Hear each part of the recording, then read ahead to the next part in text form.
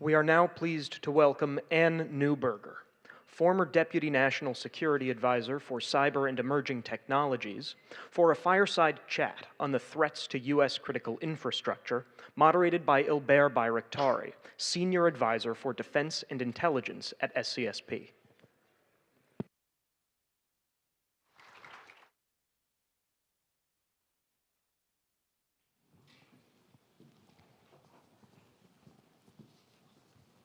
All right. Well, good afternoon, everyone, and thank you for being here with us today, and thank you for staying throughout the day. I'm sure it's going to be worth it. It's such an honor to welcome Ann Neuberger back. We were just talking among staff. I think this is the 5th event where we've had the privilege and the honor of welcoming you, Ann, and benefiting from your insights. So it's really a personal pleasure and privilege to welcome you back. Just by way of a reminder, quickly, Ann just finished as a Deputy National Security Advisor for Cyber and Emerging Technologies at the White House. First time that position was created and held by Ann. But Ann is no stranger to these tough cyber issues and emerging technology issues.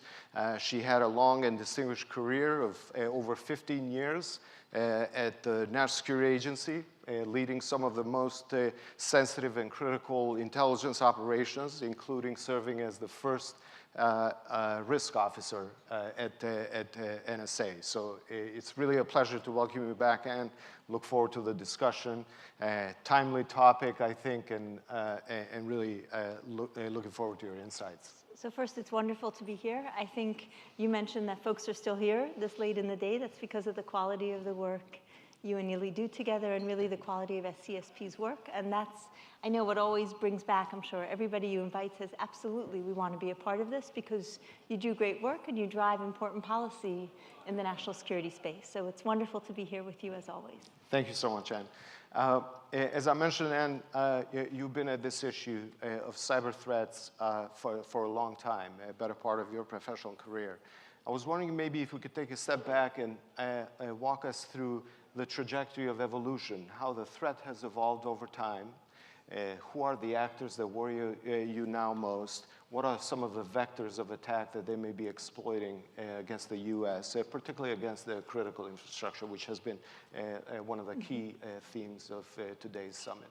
Absolutely. So first, to your point, what's really changed the most is that we now see geopolitical crises and conflict almost immediately play out in cyberspace. It makes sense, right? Our economies, our national security, all run on digital infrastructure, and if a country wants to put pressure on another country, wants to kind of, during a crisis or potentially disrupt things during a conflict, they'll start and operate in cyberspace, and that's certainly something we've seen. So no surprise that the evening before Russia invaded Ukraine, they conducted a destructive cyber attack on a commercial space company that was providing military communications for Ukraine. And similarly, you know, when Iran was upset about Albania's hosting groups they didn't agree with, they conducted a disruptive cyber attack on Albania's government operations. So you see it almost immediately play out. And what's been a big shift as well is exactly as you said, it's playing out as well. Traditionally, there was always espionage between countries, right? Countries spy on each other to learn what policymakers are doing, to try to gain strategic insight, to try to figure out how a military operates. But what we've seen shift in the last few years is particularly China pre-positioning in critical water and power for disruption during a potential crisis where that would be helpful in terms of causing the broader population to be afraid and potentially to put pressure on the US's policies in that area. And that's really shifted because in the past when we thought about what parts of digital infrastructure we have to protect, we never thought about water systems, right? What's the intelligence value? Why would a country compromise another country's water systems? And now we know that's a target. It was actually in the last couple of years, multiple water systems in the country were hit by Iran, hit by Russia, actual physical impacts causing water to overflow. And we've seen water systems across the country also compromised by China. So when we have discussions between our governments, those are the kinds of issues we bring up. And in terms of the tactics and techniques, they've become more sophisticated. It's generally easier to be on offense than on defense, and there's so much old tech still in our power, water, airports, and pipelines that many of these actors, notably China, as I said, for its pre-positioning, don't really have to do the most sophisticated things. They can just live off gaps in cybersecurity in those networks to be there for a long time. That's a great point. And so I was wondering, in addition to how their aspirations have evolved, can you speak perhaps to some of the vulnerabilities that you saw over many years that might be embedded in our infrastructure? Senator Warner, who spoke earlier this morning, was pointing out that some of our telecommunications companies may not have sort of the up-to-date cyber defenses that may allow malign actors to exploit those. So I was wondering if you could elaborate on the vulnerabilities and how you went about trying to mitigate and patch those. You know, Senator Warner was a powerful voice after the Salt Typhoon, the Chinese compromise of a broad set of America's telecoms, really disrupted, really troubling cyber attack in terms of the national security impact, right? Because so much runs on our telecom networks. And I think that one was a wake-up call exactly to the question you asked, which is what enables a country like China to compromise so many large telecoms? And it was a combination of things. One was some of the security devices that are there to protect the network weren't necessarily patched promptly, and that enables a foothold. And then how a network is architected, right? In terms of, is it segmented? So if an adversary gains a foothold, can they move around quickly, or will they be caught? Finally, how much insight is there about what's anomalous or normal on a network? I'll come back to that. As well as a large number or number of devices that are still old, and as such, they don't necessarily have the cybersecurity layer that's monitoring them for activity that would alert that something is going on.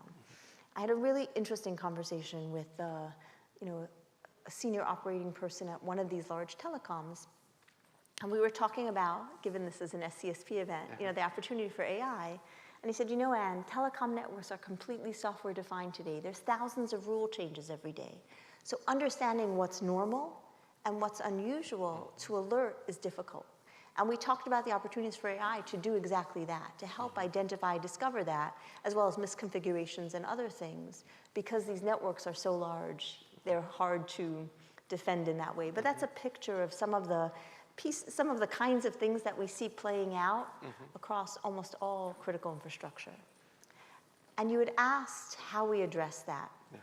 So during the last administration, we really used 3 different approaches to get after these issues, because it is so much easier to attack and defend. As we all look around the room here, an attacker just has to find one way in. I'm sure there's one behind us. There's a few doors. Who knows about the ceiling panels?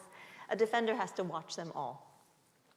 So we took 3 approaches. One was putting in place regulations for the most critical companies. Second was using the power of procurement. Government buys $51 billion in tech every year, and starting to include cybersecurity requirements in that. And the third was innovative public-private partnerships to bring together people who want to buy more secure tech, companies who say, I'll build in more security, but I want to be able to show I'm doing that. I want to be able to differentiate that. And government, in terms of setting a standard and testing for it. So that was the Cyber Trust Mark labeling program, a hat tip to Singapore who had innovated it. But essentially it said any Internet of Things device, baby monitors, home security systems, the kinds of devices that at scale are either used in botnets by actors or can be used to gain a foothold in a home or a government or a company. Any of those devices that meet the government security standard and are tested for it can bear a government label that consumers can look at and say, this is a safe baby monitor to buy, this is a safe fitness device to buy. And we partnered with the Best Buys and Amazon of the world who said they'll help educate consumers. So it took a while, the program is live, companies are submitting products to be tested.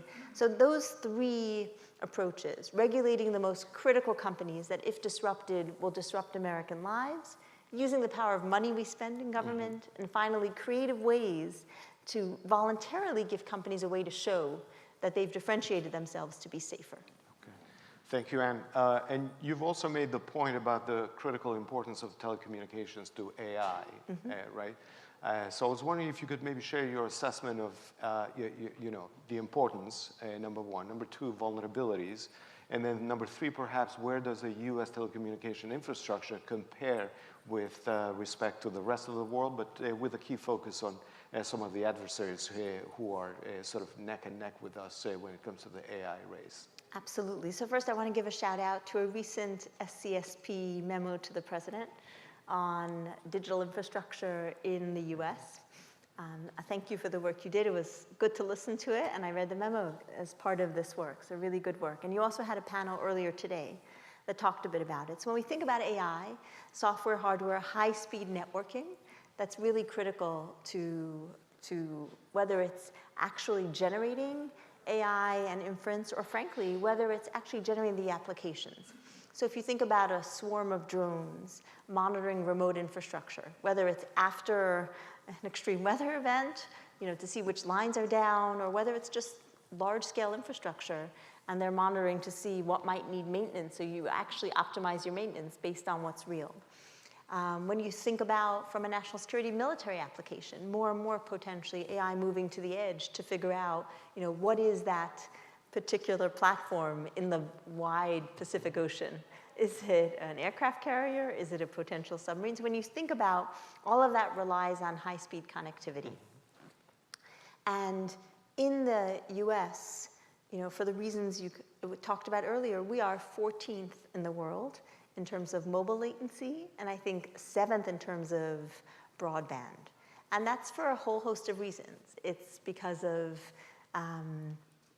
to a certain extent, our spectrum approaches in terms of making spectrum available, and not necessarily requiring telecoms who buy spectrum to actually deploy capacity. So in some cases, there's large investments made, but they're not necessarily used to actually increase the infrastructure to enable more traffic and more traffic to move quickly.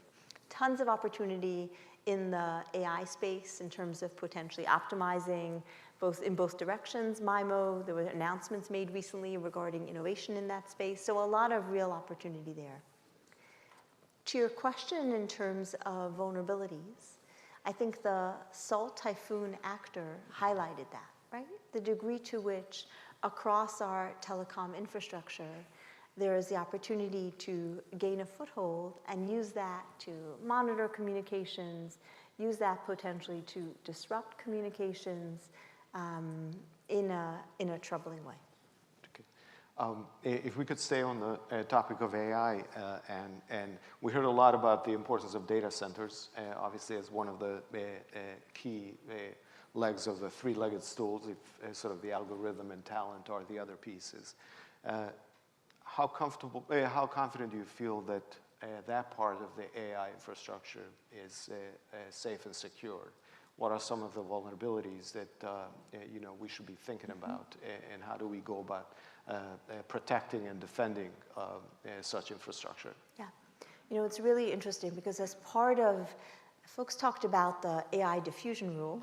One part of the rule, which is not as widely understood, was the way we said, when you think about a data center, right? There's three kinds of security you think about. Personnel security, can people get in and get access? The technical security part, how secure is the cloud infrastructure there? And then, of course, the personnel, right? Who are these individuals? Are they working for a foreign government? And how do you ensure that for the most sensitive parts, access to model weights, you have the proper controls? A quick diversion. You mentioned I served as NSA's first chief risk officer after the Snowden events. And what we were really concerned about was, as you would expect, protecting offensive cyber capabilities. Very similar as you think about protecting model weights, right? This high-end capability that, if not used in the right way or if gotten access to, can have real impact. And I recall the way we mixed and matched the different security parts of that, physical, personnel, and technical, to get to the confidence level that we had the right protection in. In the AI diffusion rule, as we thought about how do you enable American companies to compete? We made the case to say that if an American company is global, but all of their data centers have the same high-level security requirements, and we just outlined and discussed what those are, then we consider that company accountable for protecting those AI models, and they have the protections in place to manage for that, even if they're in a country outside the United States. And indeed, data center security is quite good for the most advanced ones today. Break. When we look at the cloud, it's not a surprise that we've had sophisticated Chinese attacks that compromised Microsoft's cloud, for example, 18, 24 months ago. Why? Because the cloud is where there's so much information that's of interest to a foreign government, to the Chinese government. And the particular techniques we've seen have often been targeting private keys, doing privileged access management. And that's one of the reasons why in President Biden's final cyber executive order, it lays out very specific things using the power of procurement to say we have to update the government's rules for cloud security, notably how keys are stored, a lesson learned from the Chinese hack of Microsoft's cloud, and we have to keep that updated. So in summary to your question, the cloud's where it's at, right? Once data is consolidated there, it becomes a priority for the most sophisticated intelligence services around the world.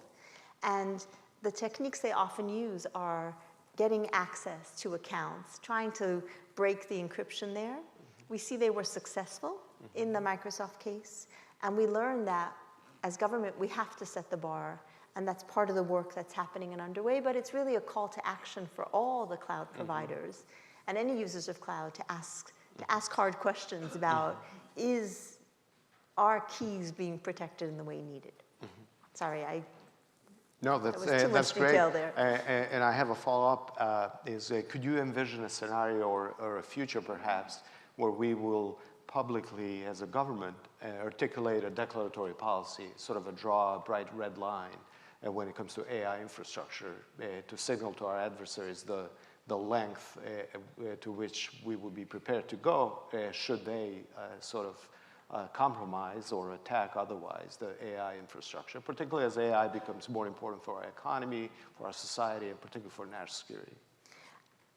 Absolutely, in terms of attack. So I think from an espionage perspective, that one is a lot harder because we do it, other governments do it. Anytime we set a declaratory policy, we want to make sure that it goes both ways, certainly from a destructive perspective. And I can say that in our discussions with both the Russian and Chinese government regarding rules of cyberspace, the point we would make is that any disruptive or destructive attack in cyberspace, we will respond as if that was a kinetic attack, and we will not restrain ourselves to cyber on cyber.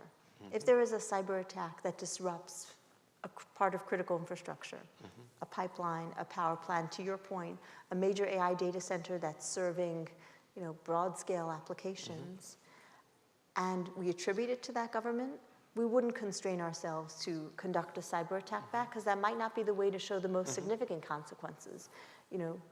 We would ensure that we looked at all potential options to make very clear that that had crossed the line. And is your sense that that sort of approach has had the desired effect when it comes to cyber from a deterrence perspective? Deterrence in cyberspace is difficult for many reasons. People often ask, well, how does it compare to deterrence in nuclear space? There's more that's different than similar, right? There's far more actors operating in cyberspace, from countries to criminals to proxies to hacktivists.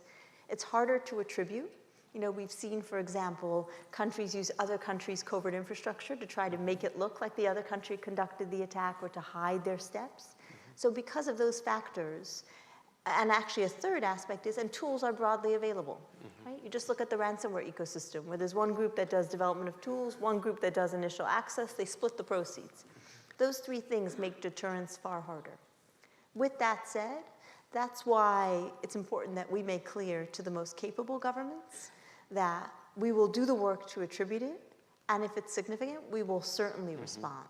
So I can say, for example, after an Iranian group that called themselves, a hacktivist group, conducted attacks on water systems in several states as part of their protest of U.S. support for Israel in the Israel-Hamas fight.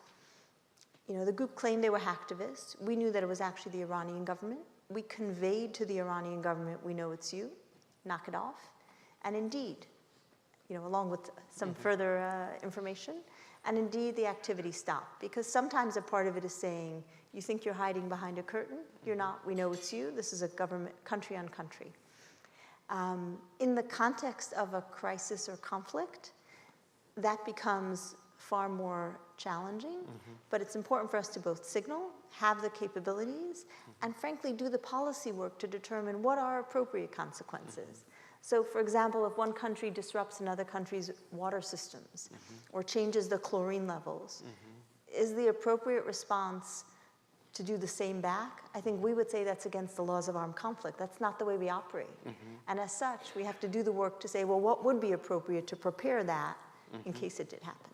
Okay. Thank you, Anne. I was wondering if you could turn a little bit to the opportunities. And what opportunity, I know you've thought long and hard about this, which is how can AI help us when it comes to the defense of critical infrastructure, be it for national security purposes or economic or societal purposes? So first, in the context of cybersecurity, I think AI can help on defense in a massive way. We did some initial pilots on just testing out to see how ready the tech was in this space, and whether it was automation of a SOX workflow, whether it was identifying broadly across a large network what was misconfigured against like the National Vulnerability Database to see where there were misconfigurations or vulnerabilities that were already being exploited to prioritize work. Just really massive opportunities. And that's one of the reasons why we launched the DARPA AI Cyber Challenge, to kind of bring hackers around the world to help find vulnerabilities, and even more importantly, because we always have more than we need, patch them rapidly. And that's very much needed. Pilots have started, the Department of Defense is the most targeted network anywhere, we believe, around the world, massive scale. And actually being able to defend that network at scale, there's various AI pilots going on that are incredibly promising. So huge opportunity there. From an intelligence community perspective, the biggest challenge we have as a country is the scale of data and making sense of it quickly, whether it's strategic intelligence, what is this country's leader planning in a given area, whether it's indications and warning, which is very time sensitive. So if you come up with the insight that an attack is going to happen 15 minutes after it happened, that's useless. You've missed the window, right? So AI in both cases is already starting to help and can do so much more. When you think about automated language translation, think about folks who are operating in a target network where there's limits to what they can bring back, optimizing that and determining that. So a lot of opportunity in the cyber intelligence and military applications. And going back to a question you asked me earlier from an economic perspective, certainly in terms of helping with our telecommunications, high-speed networks, and addressing some of the latency areas where we really need to catch up to China. In the last remaining minutes we have, Anne, I was wondering if we could turn to partnerships. I know part of what you did at the White House very successfully is spearhead an effort to build a coalition of 70 or so countries to tackle the ransomware and the crypto-inspired crimes, if you will. I was wondering if you could perhaps elaborate what lessons you drew from that may be applicable when it comes to protecting AI and infrastructure associated with AI. Such a good question. First in the public-private space, between government and private sector, and then between governments. So in the public-private space, early on in the White House, we brought in the key AI companies with NSA, CISA, and FBI, and said, how do we ensure that we're sharing threat information rapidly, and frankly, that it's going in both directions? And NSA set up a Slack channel in order to both facilitate government sharing, but frankly, to help the companies share with themselves. If one learns of a particular technique or is seeing something, share it as well. So that has been successful in terms of that work. Similarly, when we think about cooperation across governments, in the context of the counter-ransomware initiative in 70 countries, what we saw was that the more capable countries could help the less capable countries, but also sometimes adversaries test their new attack techniques in less capable places to get it right before they try to go up against what they think is a more protected network. So interestingly enough, the US gained benefit. One of the we would all consider less capable countries in the counter-ransomware initiative flagged a technique and an attack that we then found were able to block a hospital attack by a criminal actor. So super exciting, one wins in both ways. And I think when you think about this in an AI context, one of the international private sector efforts that we started but really has a lot of promise but needs further work is when you think about the energy sector.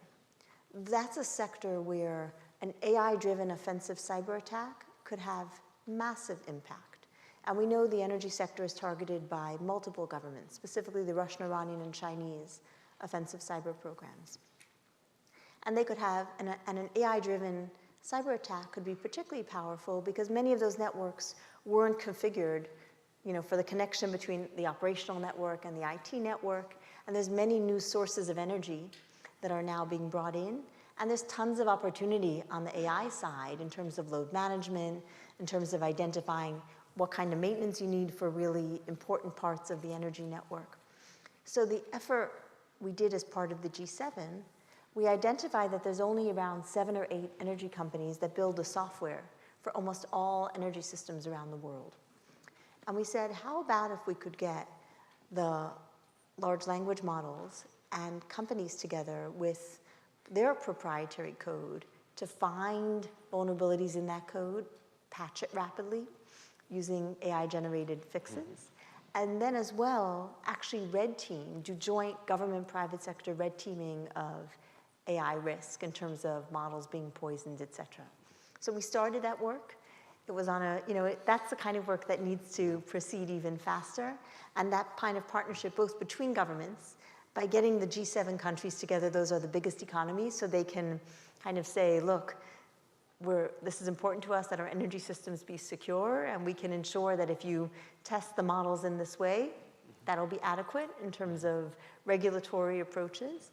And then the partnership between a sector like energy, which has lots of old code that needs to be made more secure, and frontier models or open source models, models for that matter, that could help do so. Okay, great. Anna, if we could maybe conclude on a more personal level.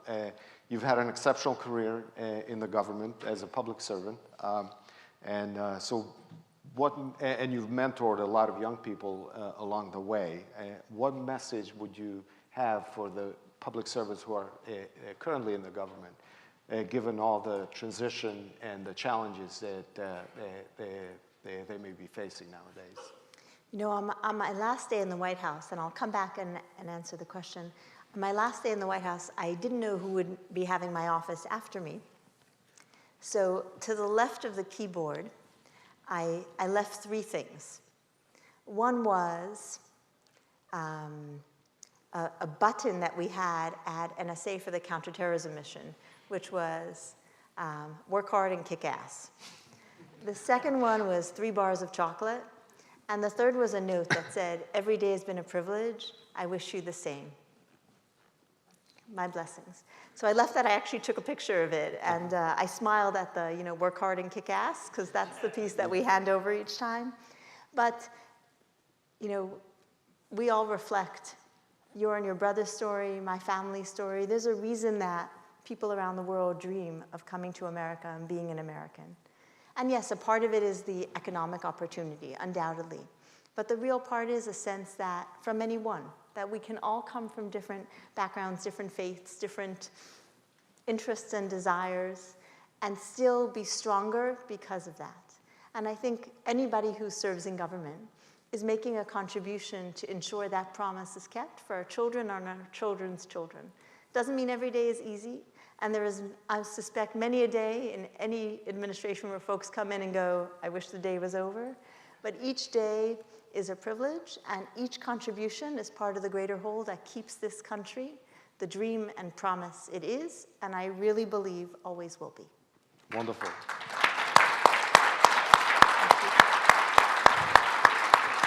Well, that's a perfect note to end. I would just want to make a plug for Anne's article in the Foreign Affairs. It's called Spy versus AI.